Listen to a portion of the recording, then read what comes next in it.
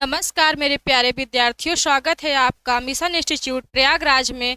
जैसा कि हम कल की क्लास में क्या पढ़ रहे थे, क्रिया पढ़ रहे थे। बस उसी को आगे बढ़ाते हुए हम चलते हैं। प्रयोग के आधार पर क्रिया के भेद। प्रयोग के आधार पर क्रिया के भेद हम पढ़ रहे हैं। सामान्य क्रिया, संयुक्त क्रिया, प्रेरणार्थक क्रिया और नामधातु क्रिया, पूर्व कालिक क्रिया। प्रयोग के आधार पर हम कितनी क्रिया यहाँ पे पढ़ रहे हैं? 5 क्रिया पढ़ रहे हैं। 5 क्रिया पढ़ रहे हैं। इसी को आगे बढ़ाते हुए हम कहते हैं कि सामान्य क्रिया किसे कहते हैं। सामान्य क्रिया किसे कहते हैं? जिस वाक्य में एक कर्ता तथा एक समापिका क्रिया हो। जिस वाक्य में एक कर्ता तथा एक समापिका क्रिया हो उसे संयुक्त क्रिया, उसे सामान्य क्रिया कहते हैं। जैसे आप आए, आप नहाए, वह नहाया, आप खाए, आप खाए, आप जाएं, यहाँ पे आपने देखा कि जिस वाक्य में एक कर्ता तथा एक समापिका क्रिया हो। एक कर्ता और एक समापिका क्रिया हो, वो कौन सी क्रिया होगी? सामान्य क्रिया होगी। आप उदाहरण देख रहे हैं, आप आए, वह नहाया, आप खाए, आप जाएं।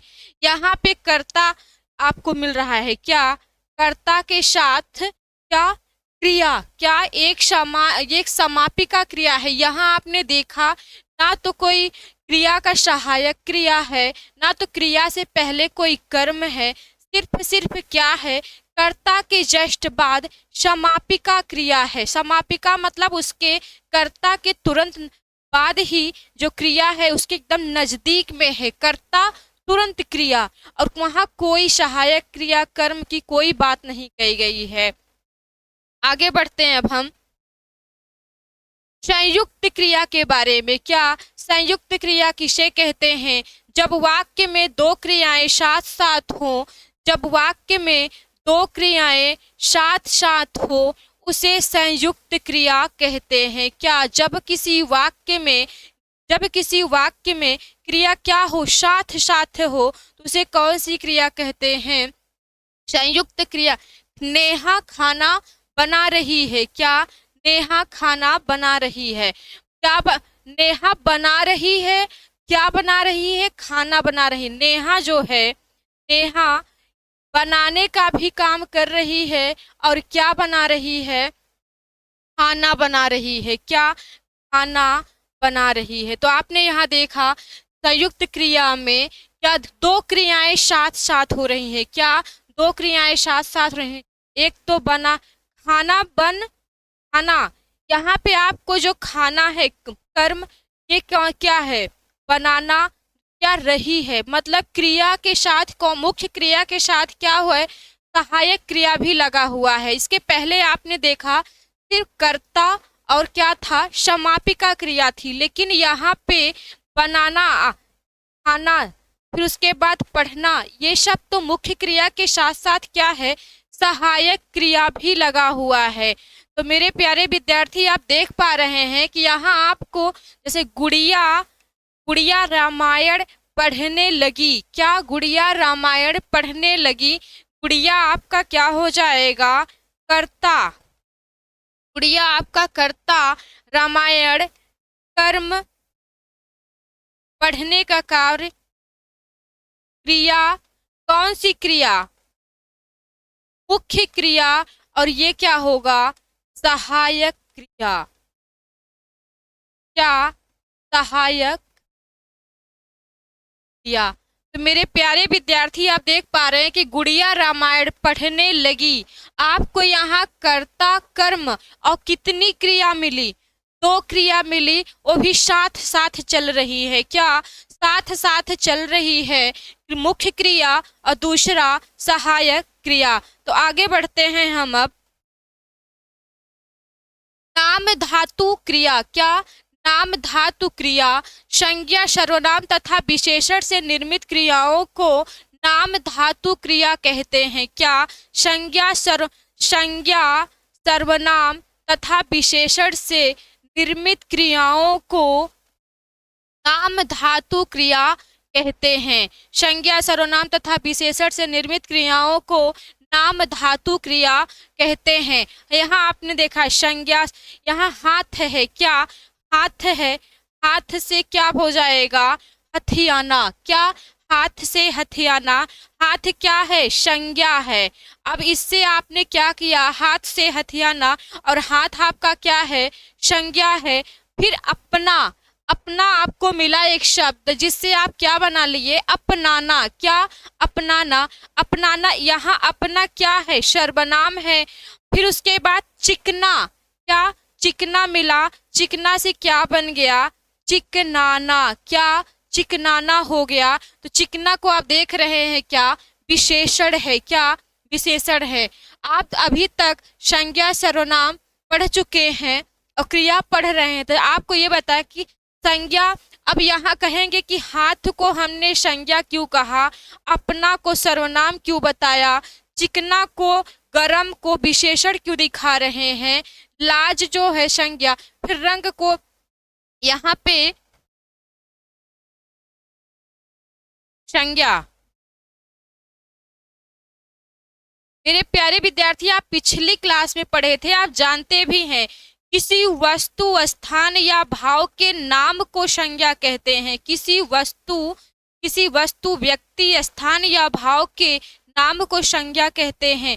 फिर बात करते हैं सर्वनाम की। संज्ञा के स्थान पे प्रयुक्त होने वाले शब्द को सर्वनाम कहते हैं। तो यहाँ पे जैसे हाथ आया, ये क्या है? हमारे शरीर का एक पार्ट है, हमारे शरीर का एक पार्ट है, उसका नाम ये क्या है? इसी हाथ का, इसी हाथ के बारे में अब हम उंगलियों की बात कर देते हैं, हम पैर की बात कर देते हैं, हम खोपड़ी की बात कर दें, या हम अपने आँख का ना है, तो ना हमारे शरीर का एक अंग है, उसका भी एक क्या है? नाम है। जैसे हमारे परिवार में 5-10 लोग रहते हैं, ठीक है, हमारे परिवार क्या है? एक शब्द है, लेकिन उस परिवार में कई लोग आते हैं, कहते हैं ना कि हमारे परिवार का अंग। जिस परिवार में आपके 5-10 लोग रहते हैं, क्या एक ही नाम सबका रहता है? नहीं, जितने लोग रहते हैं उतना नाम रहता है, उनका अलग अलग नाम रहता है। ठीक उसी प्रकार से हमारी जो शरीर है, किसी अकेले एक व्यक्ति का जो भी शरीर है, तो उस सबके पास हाथ, पाँव, कान, नाक, आँख जो भी है, सब क्या है? एक एक अंगों से मिलकर, कई अंग उसमें है, तो सब मिलकर एक हमारा शरीर बना। तो हर एक अंग का कुछ नाम है। जैसे हम कहते, ये अंगुली हो गया, ये कलाई हो गया, हाथ हो गया, खोपड़ी हो गई, कान हो गया, आँख, कान हो गया, नाम हो रहा है कि नहीं? तो हमारे शरीर में अंगों का अलग अलग नाम है। उसी तरीके से परिवार में भी जितने लोग रहते हैं उनका अलग अलग नाम रहता है। तो जैसे ही नाम आए, क्या? जैसे ही नाम आए तो उसे हम क्या कहेंगे? संज्ञा कहेंगे। क्या कहेंगे? संज्ञा कहेंगे। उसी संज्ञा के स्थान पे कोई और शब्द हम वहाँ पे प्रयुक्त कर रहे हैं तो क्या होगा? वो सर्वनाम होगा। क्या होगा? सर्वनाम होगा। ठीक उसी प्रकार से जैसे हाथ से हथियाना, अपना से अपनाना, चिकना से चिकनाना। आप विशेषण में पढ़े होंगे, जानते हैं कि क्या जिसकी मतलब विशेषता, संज्ञा सर्वनाम की विशेषता बताने वाले जो शब्द होते हैं, क्या? जैसे हम किसी भी व्यक्ति या किसी भी वस्तु की जब हम अच्छाई बुराई जो बताते हैं, तो अच्छाई बुराई बताने वाले को विशेषण नहीं कहते हैं, बताने वाले शब्द को क्या कहते हैं? विशेषण कहते हैं। किसी भी व्यक्ति को अगर हम ये कहें कि मोहन अच्छा लड़का है, तो हम बता रहे हैं तो हम नहीं होंगे, मोहन अच्छा लड़का है, तो जो उसमें विशेषता बताने वाला जो शब्द आ रहा है वो क्या होगा? विशेषण होगा। जैसे मोहन अच्छा लड़का है, तो मोहन अच्छा लड़का है, आपको यहाँ पे मोहन अच्छा लड़का है, मोहन अच्छा लड़का है। हम बात किसके बारे में कर रहे थे? मोहन के बारे में बात कर रहे हैं। मोहन के बारे में, मोहन कैसा लड़का है? मोहन अच्छा लड़का है। जो अच्छा शब्द आया है, क्या जो अच्छा शब्द आया है ये क्या होगा? ये विशेषण होगा। क्या होगा? विशेषण होगा। कहने का मतलब किसी वस्तु, व्यक्ति या संज्ञा, सर्वनाम की जो विशेषता बताने वाले शब्द होते हैं उन्हें विशेषण कहते हैं। ठीक, यहाँ पे जैसे विशेषण में आपका रंग जैसे काला, पीला, नीला, मोटा, पतला, सब ये सब आ जाएंगे, दुबला। तो यहाँ पे एक विशेषण शब्द हमें क्या मिला? चिकना मिला। क्या मिला? चिकना मिला। तो चिकना से हमने क्या क्या बनाया? चिकनाना। क्या? चिकनाना। तो ये चिकना क्या हो जाएगा? विशेषण में चला जाए। फिर जैसे गरम ठंडा की बात कर दे, दूध गरम है, दूध गरम है, पानी गरम हो गया है, पानी ठंडा हो गया है, दूध ठंडा हो गया। तो जो गरम ठंडे की बात हम बता रहे हैं, बात कर रहे हैं दूध के लिए, दूध ठंडा हो गया है, दूध गर्म हो गया है। बात हम किसकी कर रहे हैं? दूध की बात कर रहे हैं। क्या? दूध गर्म हो गया है। तो जो कहने का मतलब हम इसकी विशेषता बता रहे हैं। क्या? दूध की विशेषता बता रहे हैं कि दूध गर्म हो गया है। तो जो गर्म शब्द मिला है आपको वो क्या होगा? विशेषण होगा। तो गर्म से हम कुछ और बना सकते, एक नया शब्द। क्या? गर्म से गरमाना। क्या? गर्म से गरमाना। ठीक है। फिर उसके यहाँ पे गरम क्या होगा? विशेषण होगा। फिर हम कह दें संज्ञा लाज। यहाँ पे एक क्या है? लाज। अब हम कह दें सरिता लजाती है। क्या? सरिता लजाती है। सरिता, सरिता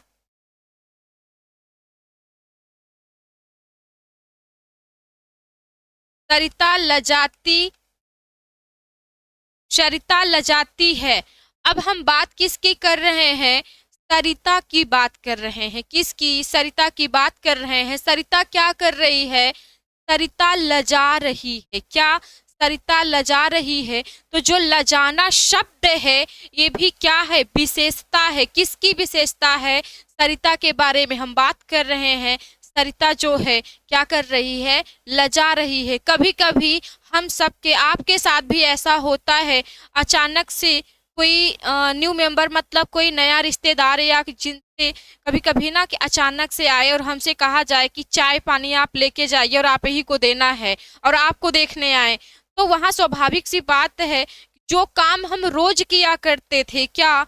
जो काम हम रोज किया करते थे, सबको चाय देना, पानी देना, खाना बनाना, हमें कोई हिचक नहीं थी, कोई शर्म थी। लेकिन जैसे ही बात ये आ जाए पर्टिकुलर, हम मतलब किसी आपकी हमारी की नहीं, आपसे मिलने आए हैं और आप ही को ये चाय देना है, आपको दे, वहाँ क्या होगा? एक इमोशंस मतलब होगा। क्या वो कौन सा इमोशंस होगा? लजाने का होगा। क्या? लजाने का होगा। तो यहाँ पे जैसे ही बात आई लाज की, क्या सरिता के अंदर कौन सा विशेषता उत्पन्न हुआ है? अभी लाज का हुआ है। क्या? सरिता लाज, सरिता के जो अंदर जो इमोशंस आया वो लाज क्या आया? लाज से हमने क्या उसका बनाया? लजाना। क्या? लजाना। तो फिर आपका क्या होगा? ये संज्ञा हो जाएगा। क्या? संज्ञा हो जाएगा। फिर उसके बाद रंग की बात करेंगे हम। क्या? रंग की बात करेंगे। रंग क्या है? रंग से रंगना। क्या? रंग से रंगना। रंग से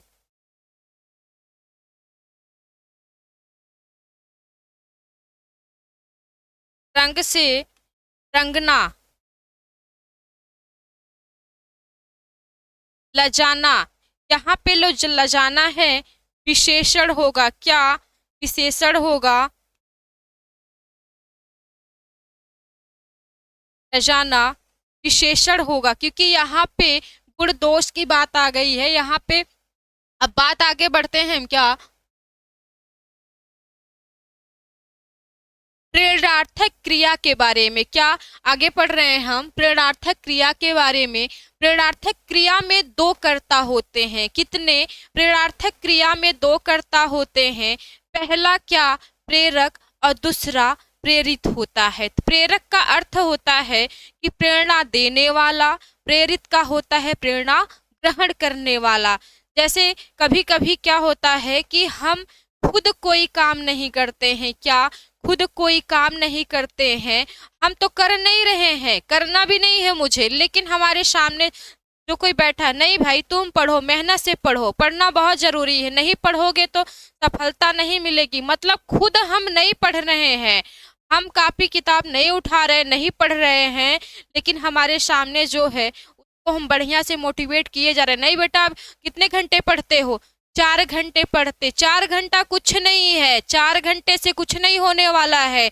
4 घंटे नहीं, तुम 8-8 घंटे 10-10 घंटे पढ़ो, तब तो कुछ होगा, वरना कुछ नहीं होने वाला है। और खुद भी चाहे 4 मिनट हम किताब ना उठाएं, क्या 4 मिनट भी किताब ना उठाएं, ना पढ़ें कुछ समझ, लेकिन हम अगले को क्या है एकदम हौसला बुलंद, बेटा तुम 8-8 घंटे 12-12 घंटे खाना पीना सोना घूमना टहलना सब त्याग दो, और भले हम जाके दिन भर जो है सिविल लाइंस में लेके प्रयागराज में अपना घूम रहे बढ़िया पीवीआर में जाके, लेकिन ये क्या है कि हम प्रेरणा उसको दे रहे हैं और वो प्रेरणा ले रहा है। तो यहाँ हम किसकी बात कर रहे थे? प्रेरणार्थक क्रिया के बारे में, कि प्रेरणार्थक क्रिया में 2 कर्ता होते हैं, पहला प्रेरक और दूसरा प्रेरित होता है।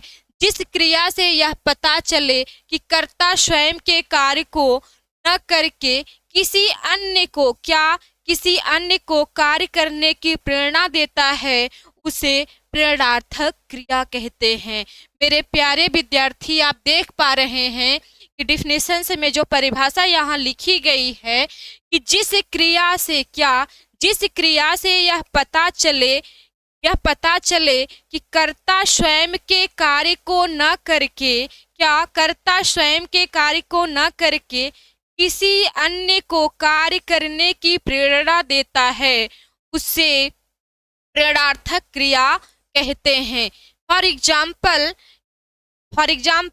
क्या है? राम श्याम से खाना बनवाता है, क्या राम श्याम से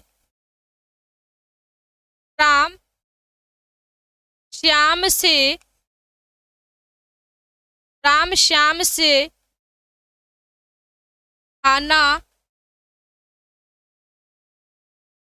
बनवाता है।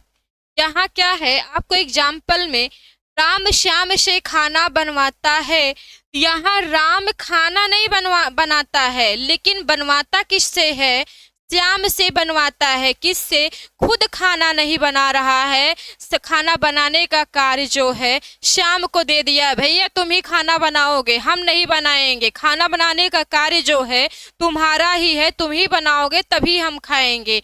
अर्थात कहने का मतलब ये है कि खुद कोई काम न करके दूसरे से काम करवाना। अब हम कह दें संजना रंजना से कपड़ा धुलवाती है, क्या संजना रंजना से कपड़ा धुलवाती है? संजना स्वयं कोई काम नहीं करती है, क्या संजना ना तो खाना बनाएगी, ना तो कपड़ा धुलेगी, ना तो सफाई करेगी, बस क्या आराम से बैठ के मोबाइल चलाएगी और क्या कहेगी, रंजना तुम्हें कपड़ा धोना है, खाना बनाना है, सफाई करनी है, हम आराम से बैठ के मोबाइल चला के सोएंगे और कोई काम नहीं करेंगे। रंजना को पढ़ना भी है, खाना भी बनाना, बर्तन भी धुलना है, सफाई भी करना है, क्या करेगी? उसे कराया जा रहा है, वो करेगी। तो मेरे प्यारे विद्यार्थी, प्रेरणार्थक क्रिया में 2 कर्ता होते हैं, पहला प्रेरक, दूसरा प्रेरित। प्रेरक का कहे कि प्रेरणा देने वाला, प्रेरणा देने वाला, और प्रेरित में